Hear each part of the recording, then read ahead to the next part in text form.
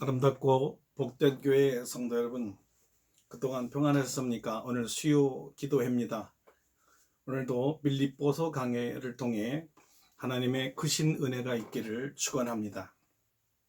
오늘은 빌립보서 4장 6절에서 7절의 말씀을 가지고 기도, 하나님의 평강에 이르는 길이라는 제목으로 말씀을 증거하겠습니다. 먼저 하나님의 말씀의 본문을 읽어드리겠습니다. 아무것도 염려하지 말고 다만 모든 일에 기도와 간구로 너희 구할 것을 감사함으로 하나님께 아뢰라. 그리하면 모든 지각에 뛰어난 하나님의 평강이 그리스도 예수 안에서 너희 마음과 생각을 지키시리라.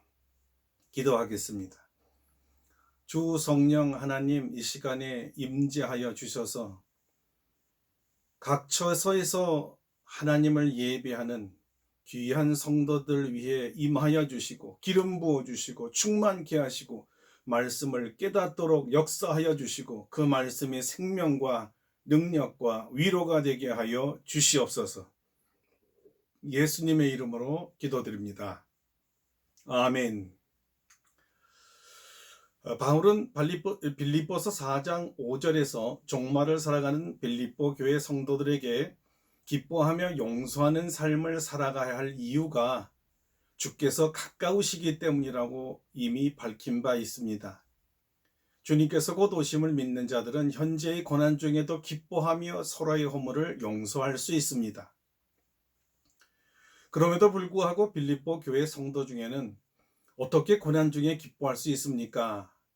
아무리 주님께서 곧 오신다 하여도 어떻게 나를 상처 준 사람을 용서할 수 있단 말입니까? 어떻게 마음에 맞지 않는 교회 일꾼들과 함께 동역할 수 있습니까? 등 많은 의문을 가지고 있었습니다.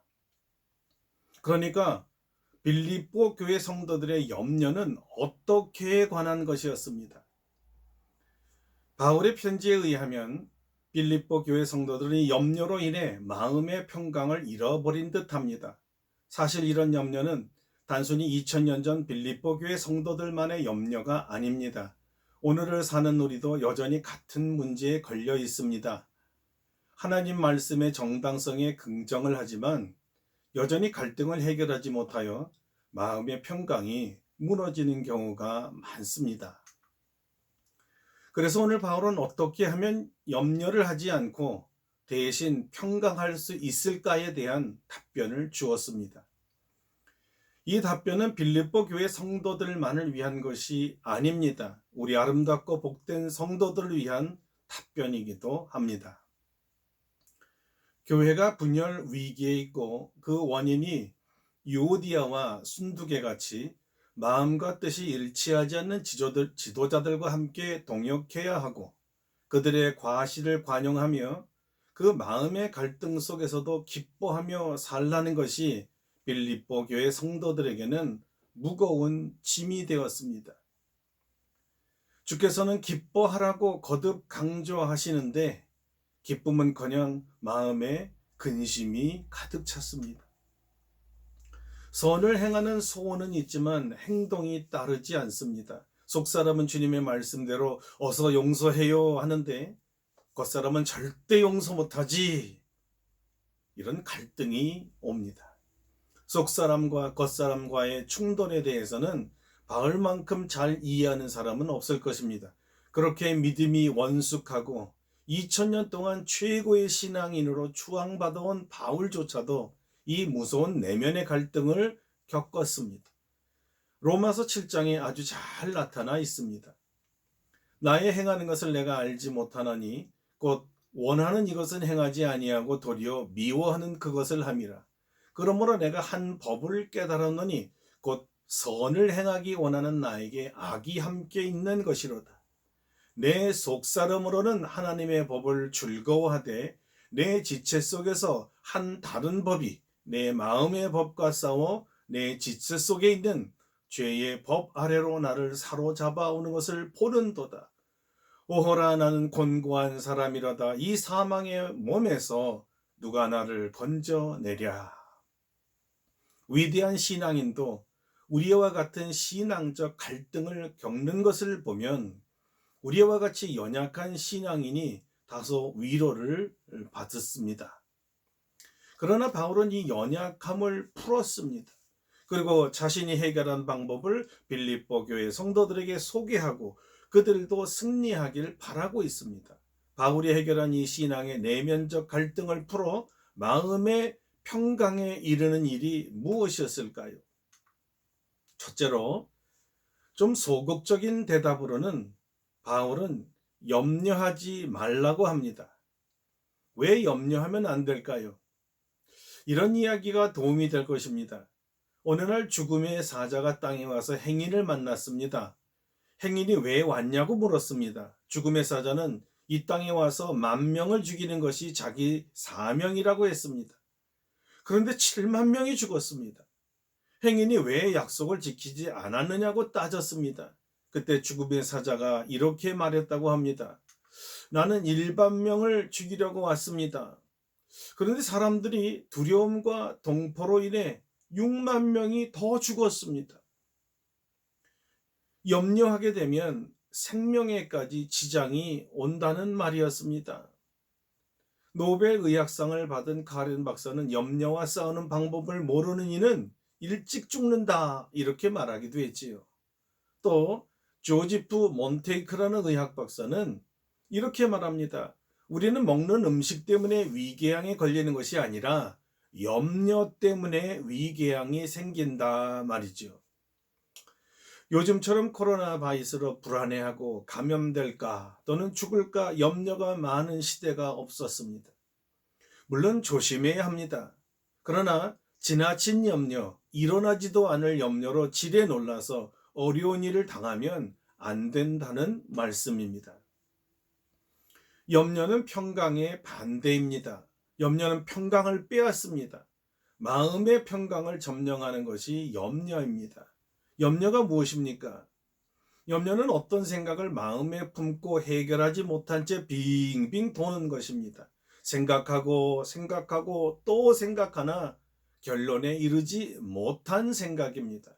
1시간, 2시간, 심지어는 밤새도록 고민하지만 아무 뾰족한 결론에 이르지 못하는 심리적 상태를 염려라고 합니다. 생각에 진전이 없이 마치 다람쥐 쳇바퀴 돌듯 제자리에서 생각이 빙빙 돌기만 하는 것이지요. 예수님께서 마태복음 6장 27절에서 이 염려에 대해서 이런 말을 하셨습니다. 너희 중에 누가 염려함으로 그 키를 한 자나 더 할 수 있느냐? 이 세상에 어느 누구도 왜 나는 키가 안 자라나 밤새 고민한다고 하여도 키를 자라게 할 수는 없다는 것입니다. 만약에 밤새 고민하고 며칠을 염려하여 키가 자랄 수만 있다면 우리 중에 밤샘 할 사람이 많을 것입니다. 뭘 말하는 것일까요? 염려의 성질입니다. 뻔히 답이 없는 것을 알고도 생각의 소용돌이에 빠지는 것이 염려입니다. 아마 이런 행위의 노력이라도 해야 자기 자신을 위로받을 수 있다고 생각했을 것입니다. 그러나 실제로는 아무도 염려한다고 키를 키울 수 없지요. 더 재미있는 것은 예수님께서 마태복음 6장 31절 이하에서 그러므로 염려하여 이르기를 무엇을 먹을까 무엇을 마실까 무엇을 입을까 하지 말라 이는 다 이방인들이 구하는 것이라 하시면서 먹을 것 마실 것 입을 것을 염려하는 것조차도 하나님을 믿지 않는 사람들이라 하는 짓이라 책망하셨습니다. 왜 의식주 문제로 염려하는 것이 믿음 없는 사람들의 행위일까요? 하나님에 대한 불신이기 때문입니다. 하나님 아버지께서 하나님의 자녀를 돌보신다는 절대 신앙이 부재하면 우리 스스로가 모든 짐을 다 지려고 합니다. 부모들이 자녀들을 돌봅니다. 어린아이들이 구하기 전에 모든 것을 부모가 다 구비해 줍니다.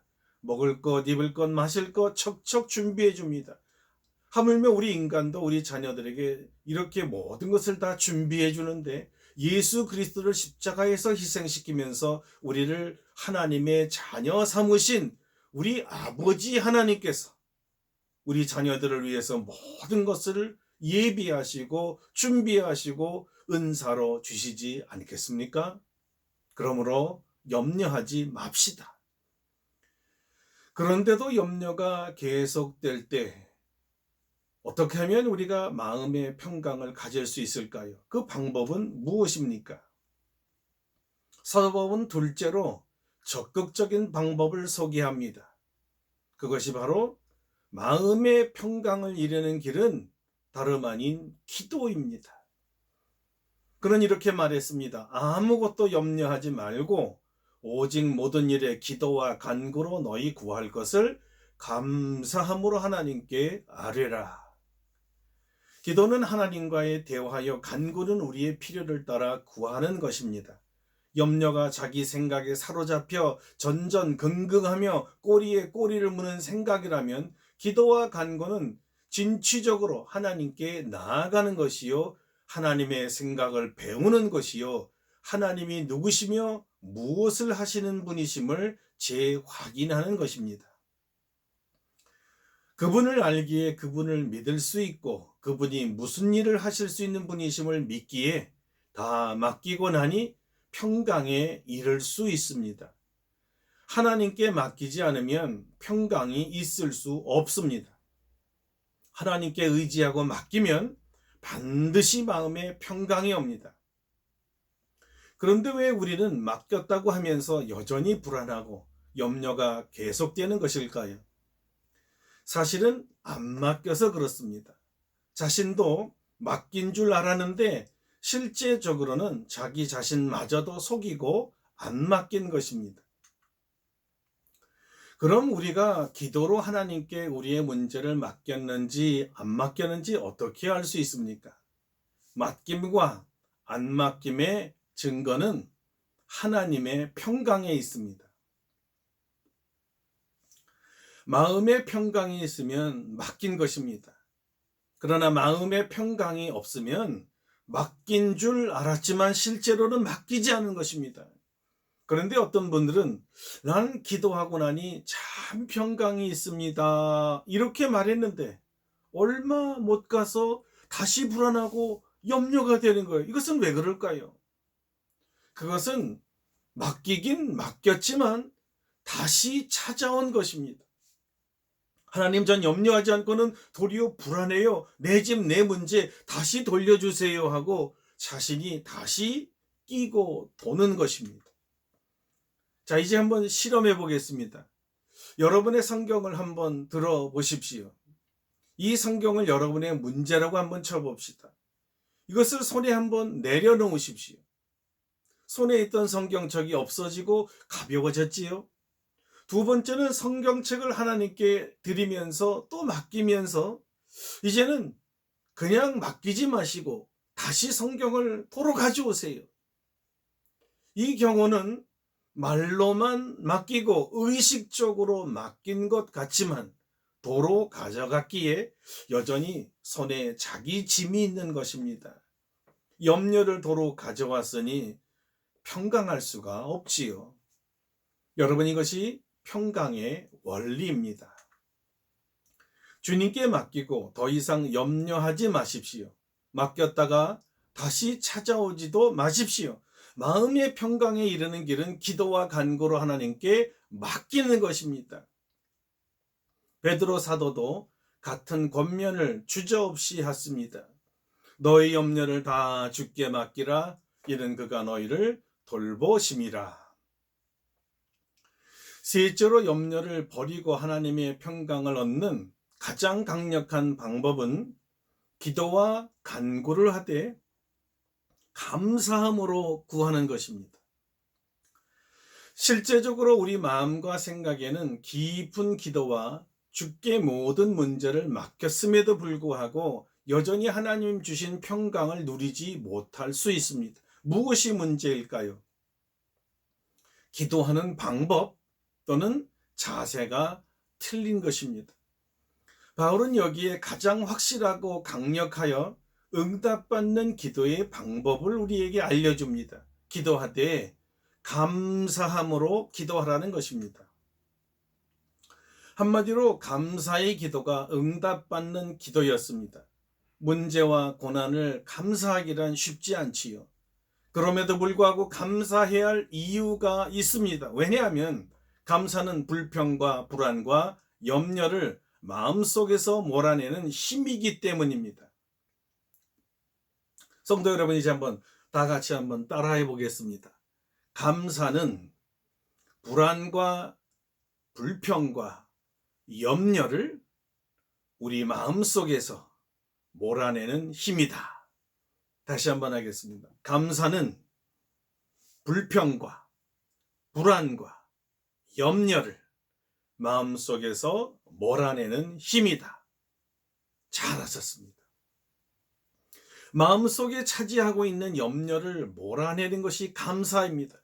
마치 어두운 방에 빛이 들어오면 어두움이 물러가듯이 감사가 마음에 들어오면 염려가 있을 공간이 없어집니다. 그래서 감사는 염려를 쫓아내는 밀어내기 힘이지요.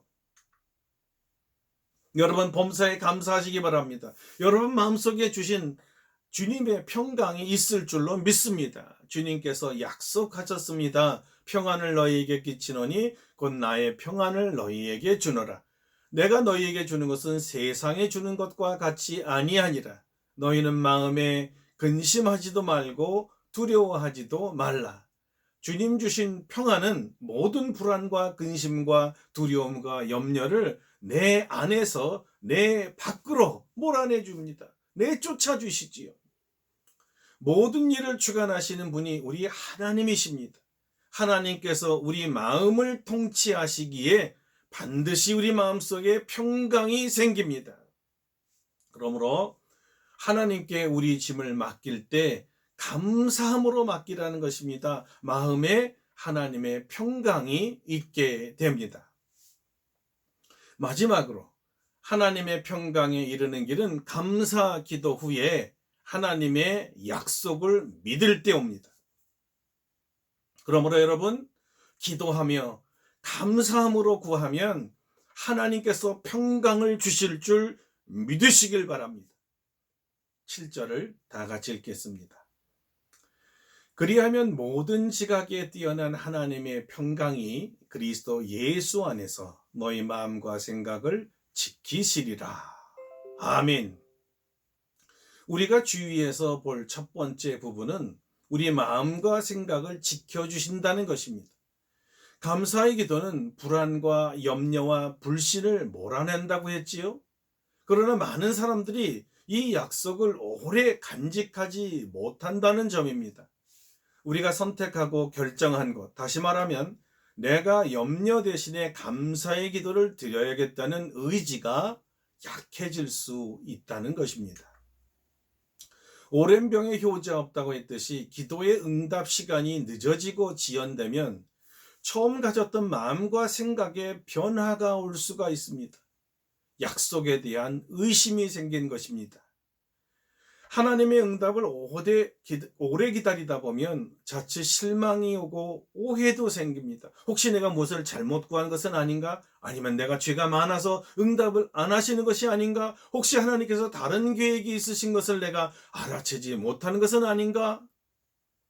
약속에 대한 의심이죠. 초심을 잃어버리는 실수를 하게 되는 것입니다. 여러분이 잘 아는 분 중에 아브라함이 있지요. 75세에 전능하신 하나님께서 나타나셔서 아들을 주시겠다고 약속하고 그를 통하여 후손들이 하늘의 별처럼 바다의 모래알처럼 많아지리라고 약속하셨습니다. 10년이 지나도록 아무 응답이 없자 아브라함은 혹시 자신이 응답을 잘못 받은 것이 아닌가 의심이 생겼습니다. 그러던 참에 고민을 한 사라가 아주 맛깔나는 멋있는 제안을 합니다. 여보, 난 경수가 끊어지면 이미 아이를 갖는 것은 불가능합니다. 당신이나 더 늙기 전에 내 젊은 아인 하가를 취해서 아들을 낳으세요.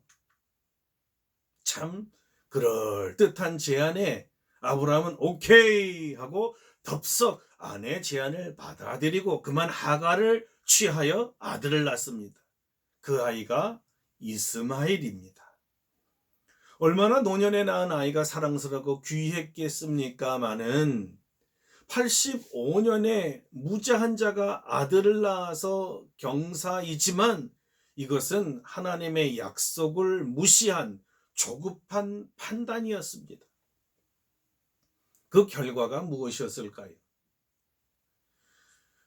그로부터 3500년이 넘도록 이스마엘의 자손과 약속의 자녀로 나온 이삭의 자손과는 원수지간이 됩니다. 이렇게 기도의 응답이 늦어지면 초심을 잃어버리기가 쉽습니다. 다시 말하면 하나님의 약속을 잊어버리고 의심하게 된다는 것이지요.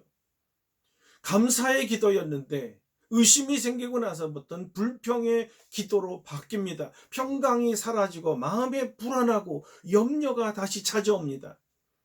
이 위기를 극복할 길이 무엇이지요? 역시 감사의 기도입니다. 왜 감사입니까? 하나님의 약속을 믿는 자만이 감사할 수 있기 때문입니다. 하나님의 약속을 믿는다는 말은 하나님 자신을 믿는다는 말입니다. 하나님의 약속이니까 우리는 믿습니다. 우리의 생각보다 더 심오한 주님의 뜻이 있음을 믿는 것입니다. 비록 지금은 주님의 뜻을 다 알지 못하지만 주님의 생각이 나의 생각보다 정확하다는 것을 믿게 되면 감사하게 되고 기도하게 되는 것입니다. 그래서 기다리게 되고 하나님의 약속을 기다리며 더욱더 감사함으로 기도하게 되는 것이지요. 우리 주님의 약속은 이런 것이었습니다. 들어보십시오. 너희가 내 이름으로 무엇을 구하든지 내가 행하리니 이는 아버지로 하여금 아들로 말미암아 영광을 받으시게 하려 함이라. 예수께서 약속하셨기에 반드시 이루어질 것을 믿으십시오. 믿으면 감사가 나옵니다. 믿음은 감사의 기도를 드리게 됩니다. 우리 마음속의 불안을 내쫓는 힘, 의심을 몰아내는 힘은 약속을 믿고 드리는 감사의 기도였습니다. 우리의 마음과 생각이 약해지지 않고 변질되지도 않고 포기되지 않도록 끊임없이 지켜주는 것이 감사의 기도입니다. 이 감사의 기도만이 우리가 염려의 쳇바퀴 속에서 벗어나게 해 줍니다. 우리의 생각이 예수 그리스도 안에 머물게 해 주는 것입니다. 사랑하는 성도 여러분, 우리 주님의 약속을 굳건하게 믿고 기도와 간구를 하되 감사함으로 구하십시오. 그러면 하나님의 평강이 우리 안에 가득 찰 줄로 믿습니다. 아멘. 함께 기도하겠습니다. 거룩하신 하나님, 이렇게 불안한 시대에 우리 마음속에 하나님의 평강으로 주장하여 주시기를 원합니다. 하나님의 평강에 이르는 길은 기도하는 길입니다. 기도하되 감사함으로 하는 것이요. 감사하면서 주님의 약속을 믿고 기도하는 것입니다. 그러므로 우리에게 주님에 대한 약속을 믿는 믿음을 주시고 감사함으로 구하여 우리 마음속에 하나님이 주시는 평강으로 가득 차게 하여 주시옵소서. 예수님의 이름으로 기도드립니다. 아멘.